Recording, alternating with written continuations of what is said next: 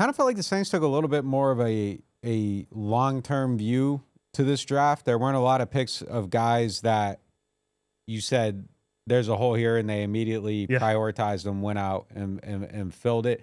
I mean, Banks can play right away. Shuck can play right away. Devin Neal can probably play right away, but maybe Broughton gets some snaps right away. But I don't think that there was anyone in there where it's like, okay, they have to get the wide receiver, and they went and got it. I would have really liked to see the wide receiver, especially with early draft capital.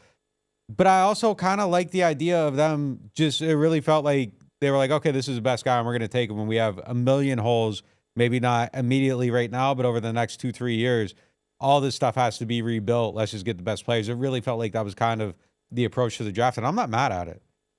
No, I mean, I think that's definitely true. You could almost say that about left tackle too. Obviously, he'll start because they picked him with the 9th overall pick. But that was more of a we'd like to get one, not a we have an immediate hole, and this makes our starting lineup better for week 1. Then you would have probably taken a corner and a receiver with your first 2 picks, and even the quarterback pick. This isn't all about who only helps this year's team. Yeah, I mean, it made me a little torn early on. Like when they took a defensive tackle and a safety, I was kind of like, aren't those the 2 positions they already addressed in free agency? It's like, all right, now they got a lot of defensive tackles and they got a lot of safeties. But, I mean, it's the whole thing. They used all 9 picks. It's the first time since 2012 they didn't trade up.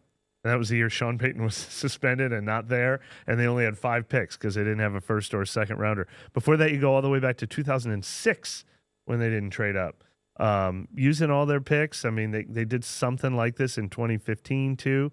Very similar, a little bit 2017 too, back when they were rebuilding mode. I don't think it's a coincidence. I mean, they were refurbishing the roster with as many of their highest ranked players. I like that word. as possible.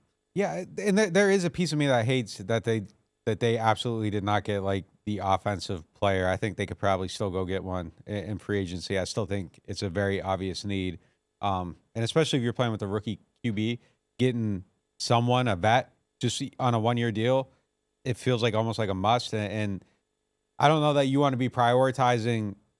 This is going to sound crazy, but I mean, where I'm at with them, I want them to be prioritizing development and creating a successful atmosphere for their young quarterback. And honestly, they got to block better. I mean, that's one. B, I think too much last year. And this is where I feel bad for Rattler if he doesn't get this chance. And I don't think he will. Like, he might get a chance to play, but they're going to be incentivized to really move on. I really feel like there was too much of Clint Kubiak calling what he was going to call and saying make it work instead of really dialing in for the young player. And I think Shuck's going to get more of that than Rattler did last year. And I think that was a big problem for him. But I think they need to build an atmosphere and a roster around him that is conducive to his success and development and all that. But I also want him to do it in a way that, and I don't know how you do this because both these things are the same thing, so you can't do one and not the other. But I would love to see him do it in a way that doesn't necessarily prioritize winning. Yeah. Does that make sense? Like, I want them to get the big body receiver to help him. Hold on. Do you? But I just don't want it to mean. I just don't want it to mean that they win 7 games instead of 4. Okay. I want them to win 4 games. Okay. But I want them to just feel like they got Drake May at the end of the season. You can't do that as a strategy, though. I hear what you're saying, and I know a lot of our viewers and listeners feel the exact same way, that it would be great to feel like they made a ton of progress and that their arrow's pointing up and they still have the second pick. Yeah, that's what I'm saying. Yeah. But yeah, what I will say more practically, this similar version of that, which is what I thought you meant at first, is I don't want them to try to win more games at the expense of any resources. Like I don't even know if I want them to go sign Keenan Allen. But that's what I'm saying. If you go out and get Keenan Allen, you're probably going to accidentally win a game or two. I don't care. I think Shuck needs that. Like I think he needs that type of player around to build his confidence, to help him learn the NFL, to get better, to see what the standards are. Hey, I've been around all these guys. Like, I've played with all these guys. These are the standards on timing and how you talk to people. Like, he could take them aside and give them a lot of game. But I just don't want them to win games because of it. Well, of course, I understand what you're saying. But look, once they're out there on the field, I will probably would be more interested in seeing, certainly any fan should root for.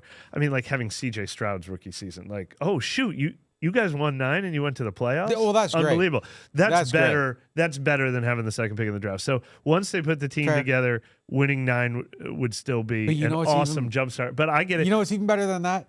Feeling like you got Drake May and then not winning that one game and getting the number 1 pick. I think you'd rather be going into year 2 of Stroud than year 2 of May now. Yeah, you're fair. I mean, that's fair. That's fair. I just don't. I guess I don't see the playoff. Yeah, I don't see it. I don't see it. But maybe it does. The part I wholeheartedly agree on is I'm very proud of this team for not trading up to get Abdul Carter, thinking, oh, now we'll go to the playoffs this year. I'm very proud that they didn't go out in free agency and spend, trade or spend big money. I mean, if they do add Keenan Allen, he's going to be cheap. What's he going to cost? $5 million at this point. I'm okay with that. But, if they had been the team to spend $22 million on Devontae Adams or something, I would have been like, ugh. Like, I like that this team has not mortgaged its future in any way. Now, go ahead and try to exceed expectations and win, but they have not done it at the expense of resources, which is absolutely a positive. And the second positive to that might be, all right, maybe you'll have another top 10 draft pick next year, and that will also help.